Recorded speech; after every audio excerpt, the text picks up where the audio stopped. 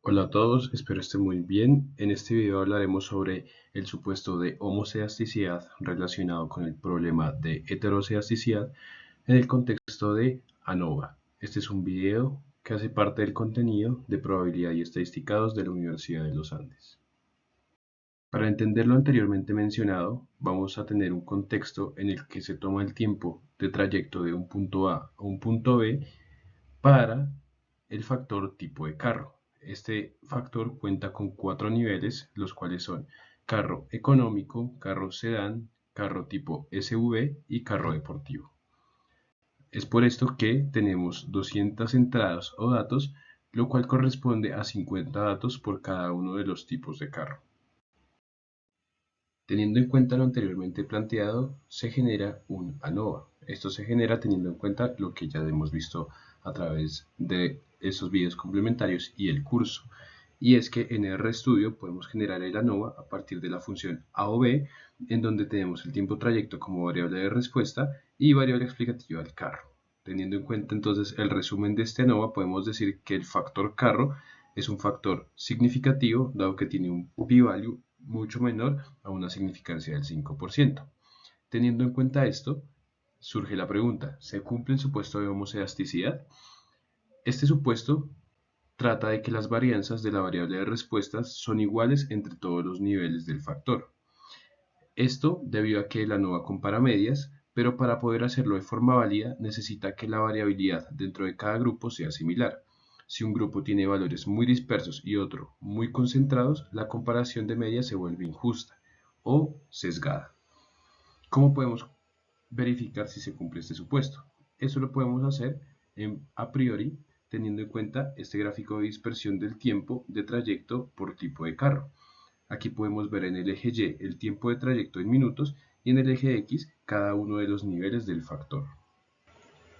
De este gráfico es importante notar que el grupo o nivel de carro SV presenta una mayor variabilidad, mientras que los otros grupos muestran una dispersión menor y más homogénea. Esto sugiere que podría estar violándose el supuesto de homoceasticidad requerido para el ANOVA.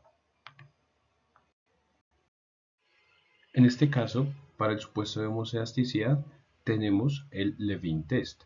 En este caso, esta es una prueba que está sujeta a una prueba de hipótesis, al cálculo de un estadístico de prueba y la comparación contra un estadístico crítico con el fin de verificar si se cumple o no el supuesto de homoceasticidad. En este caso, este test se corre haciendo uso de la fórmula que se presenta en pantalla, donde se tiene otra vez la variable de respuesta, que es el tiempo de trayecto, explicada por el factor, que en este caso es carro.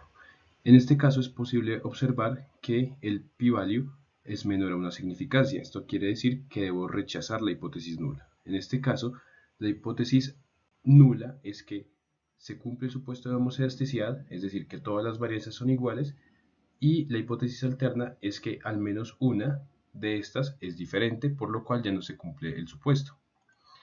¿Qué implicaciones tiene que no se cumpla este supuesto? Primero, el nivel de significancia de la ANOVA ya no es válido. ¿Por qué? Porque el p-valor puede ser incorrecto, el ANOVA puede detectar diferencias entre medias que en realidad no existen. Esto está relacionado con el error de tipo 1. Segundo, los intervalos de confianza son incorrectos, pues subestiman o sobreestiman la variabilidad real.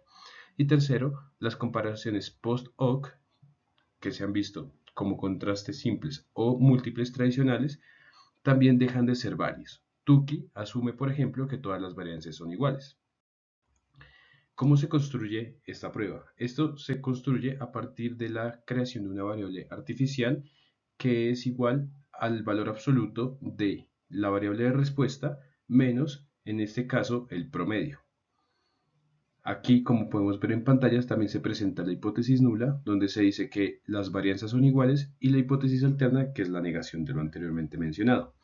Teniendo en cuenta esto, se construye una F, estadístico de prueba, donde se tiene el MSA sobre el MSE, pero en este caso ya no se toma la variable de respuesta tal cual, el tiempo de trayecto, sino la variable artificial, que es la corrección de esa variable de respuesta.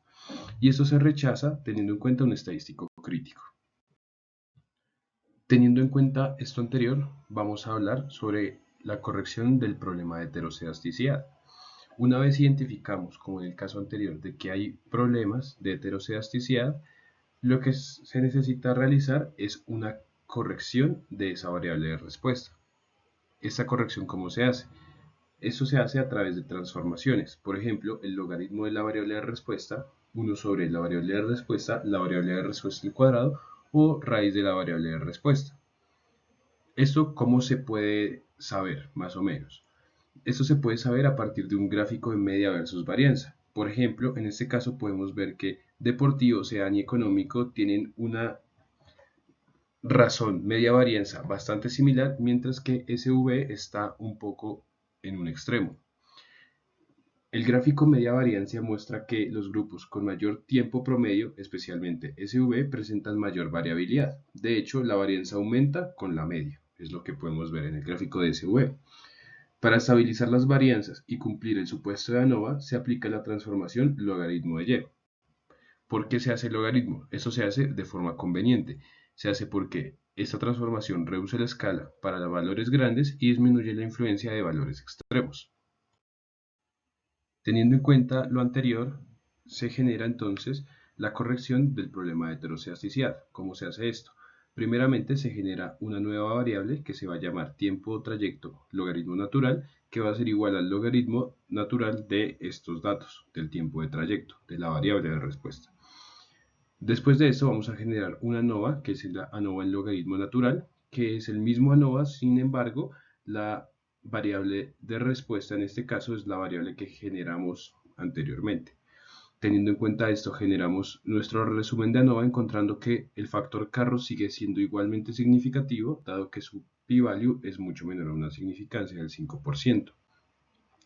Luego podemos generar el test, teniendo en cuenta que ahora tenemos que usar el tiempo de trayecto en logaritmo natural y el carro, que es nuestro factor que no ha cambiado, y en este caso podemos ver que ya tenemos que el p-value es 0.94. Esto quiere decir que no se rechaza la hipótesis nula, por lo que las varianzas son iguales, es decir, ya se cumple el supuesto de homocedasticidad.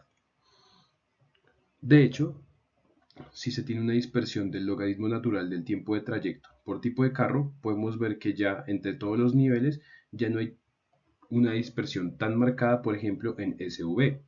Esto también lo podemos volver a verificar si tenemos la gráfica media versus varianza, donde vemos que la media y la varianza de sedán, económico, SV y deportivo están más centradas y mucho más homogéneas entre sí. Es decir, que la transformación logarítmica logra estabilizar las varianzas entre los tipos de carro.